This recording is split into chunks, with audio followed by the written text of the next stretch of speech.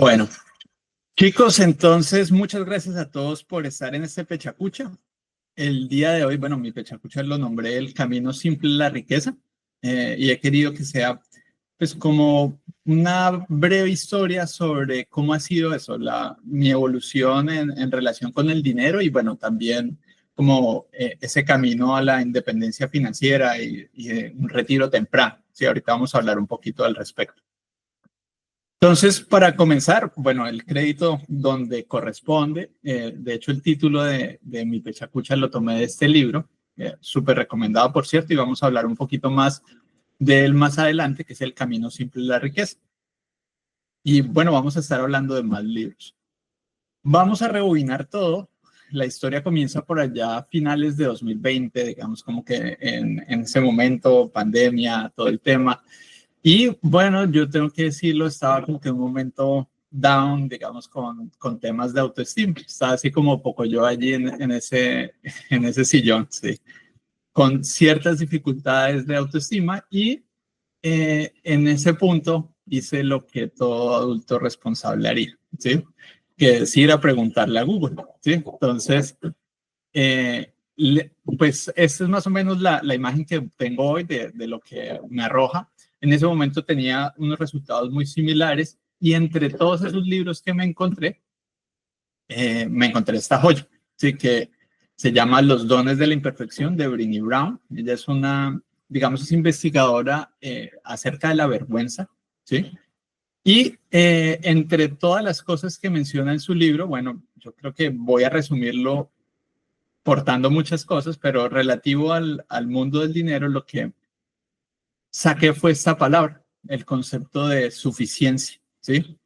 Que pues uno de esos puntos que nos regalan o que de esos dones de la imperfección, pues es justamente el comenzar a razonar acerca de lo que es suficiente, ¿sí? ¿Cómo podemos estar suficientes? Y tal vez dentro de este proceso, de ese viaje que he recorrido alrededor del dinero, pero no solo del dinero, sino en general en otros ámbitos de mi vida, tiene que ver con tener esa valentía, ¿no? De reconocer que en el momento presente ya tenía o ya tengo suficiente, ¿sí? Tengo suficiente, soy suficientemente buen padre, suficientemente buen empleado, suficientemente buen esposo, hijo, etcétera, ¿sí?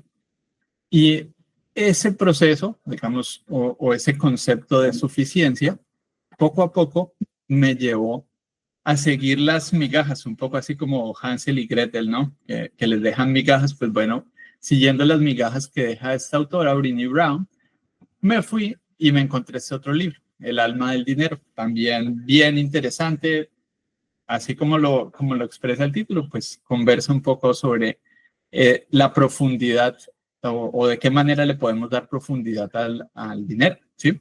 Y de hecho, de esta autora, Lynn Twist, pues he traído hoy una citación directa del libro que quería compartirles, que es esto. Entonces, reflexionando sobre la suficiencia, ya nos comparte que para muchos de nosotros, el primer pensamiento del día es no dormí suficiente, ¿sí? Y de pronto a veces luego ese pensamiento se nos viene a la mente uno siguiente que es no tengo suficiente tiempo, ¿no?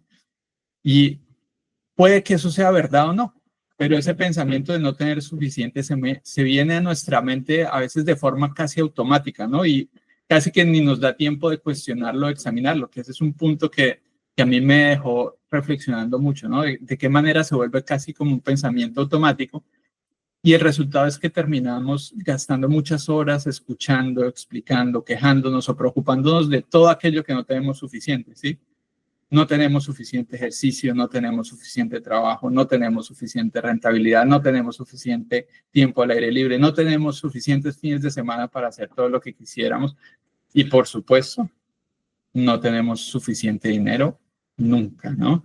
Entonces, ese concepto, ¿no? Que a mí me parece como lapida el tema de, al final, no cuestionamos el concepto de suficiente y el hilo de pensamiento que nos llevó hasta acá, pero terminamos con esa sensación de, hey, no tenemos suficiente. Y claro, si no tenemos suficiente en todos estos ámbitos, pues bueno, por supuesto no tenemos suficiente dinero, ¿no?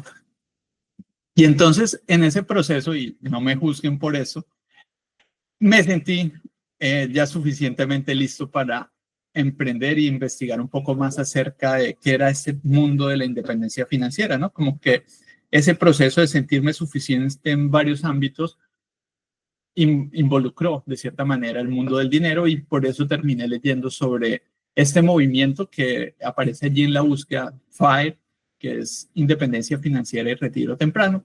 No lo sabía, pero bueno, existía así un conjunto de personas que ya venían trabajando del tema, y ahorita lo vamos a ver. No era inclusive algo reciente, sino que llevaba bastante tiempo en el proceso. Muchos de estos libros que ven ahí, bueno, me los encontré, varios de esos ya los he comenzado a leer, algunos ya los he terminado, y eso pues ha sido como que un proceso de investigación paulatina, gradual, como que muy interesante. Y entonces en ese proceso de investigar me encontré con este libro, La Bolsa o la Vida, o Tu Dinero o la Vida, ¿sí? Escrito por esta autora, Vicki Robin, y Joe Domínguez, que Joe Domínguez ya falleció, y fue escrito en 1992, por eso les decía, esto lleva tiempo, ¿sí? De hecho, en esa época, la estrategia que ellos recomendaban de ese proceso, ese camino de buscar independencia financiera, era invertir en bonos del Tesoro de Estados Unidos. Eso era lo que daba la rentabilidad estable que se necesita en ese proceso. Este libro fue reescrito en 2008, justamente para reflejar como que el cambio en el mundo bursátil, y ya vamos a verlo. Eso está alineado, es más o menos la misma estrategia que les voy a mencionar más adelante, que se basa en fondos indexados. Y de ese libro quería sacar este concepto, este insight que plantea Vicki Robin, que es, ellos hacen una reflexión acerca de qué es el dinero. Y entonces a la conclusión a la que llegan es que el dinero es tiempo de vida, es el tiempo de vida que gastamos para obtener ese dinero. Entonces, si vemos que el dinero es un pedacito de nuestra vida, o que si recibimos dinero es el pedacito de la vida de alguien más, comenzamos a verlo de pronto de una manera un poco más trascendente, ¿no? Y yo lo veo, o para mí personalmente, eso tiene relación con esa pregunta que les coloco allí abajo, ¿no?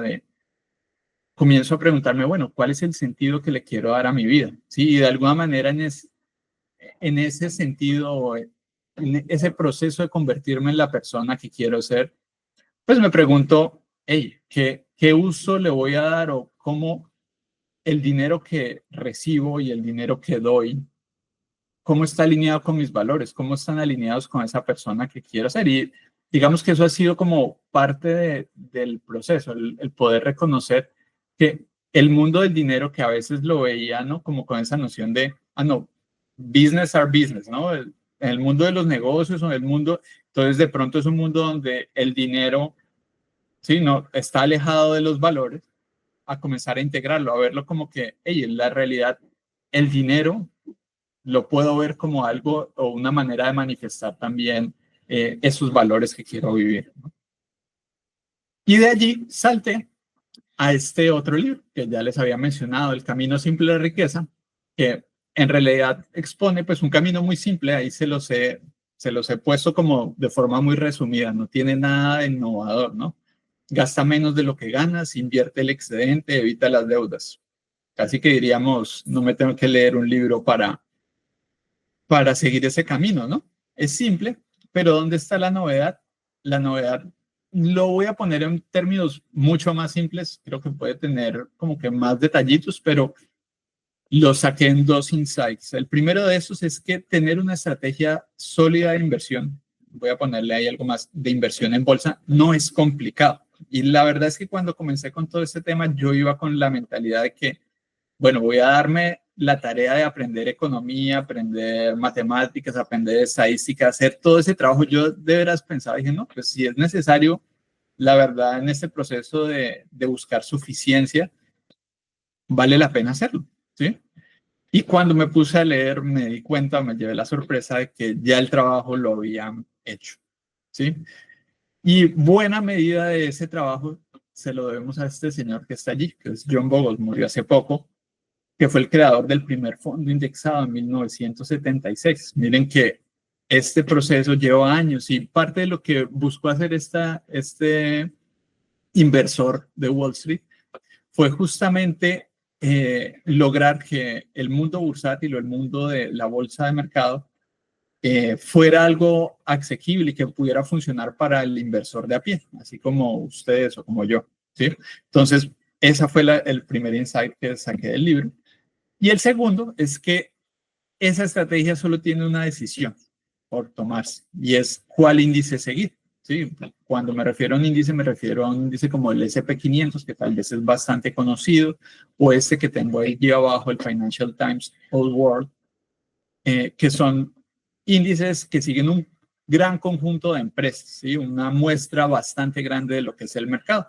De hecho, para hacérselos más fácil o para que tengan algo de información en que apalancarse, en mi caso, desde 2022, uso el VWRA, que sigue este índice que tenemos allí, el Financial Times All World. ¿Listo? Y para finalizar, un último nugget de conocimiento, por si alguien está interesado o quiere profundizar más. Bueno, buena parte de digamos, de la información que utilicé para ya llegar a la decisión material de invertir en ese fondo que les mencionaba, el